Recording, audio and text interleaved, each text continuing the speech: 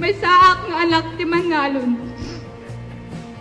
Tinaganlak ko ket agriing da iti nasapa. Uray saan pay asumangpet iti init.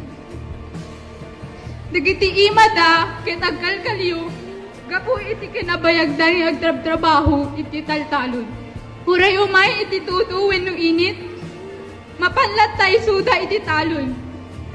Saan nga kaspang pangadayaw, ngem isu iti kakasaad dalaeng nga panangbiag kada kami, at dadagiti daw nga basit laeng si Apit. Ket saan nga umanay nga pangsubad iti kasapulan mi, at damet dagiti oras nga amok, uri handa nga ibaga, kada kami ket nabannog ken marigatanen iti bagida. Ngem uray iti maminsan, saan da apulos ngayon padik na itirigat kita kami. Binagkat da amin ang agmay mesa itirigat, nga kasla kadagiti sakot ti bagas, nga ipagbaggat da itirikod da itinaldaw-aldaw. Inaramid da amin iti kabailan da, tapno laeng panagpat ko dagiti arapa-apa saan da nga natumpal para iti bagida.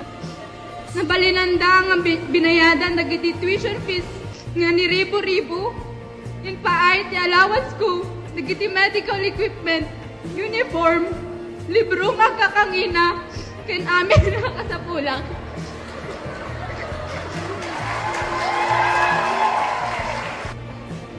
My parents never read medical books, but they taught their child something no textbook could ever could. They taught me how to grow, not just crops, not just foods, but how to grow through hardship. They taught me how to plant seeds of patience, water them with effort, and harvest resilience. They taught me that growth doesn't come easy. It takes time, sweat, and faith, and above all, it takes heart.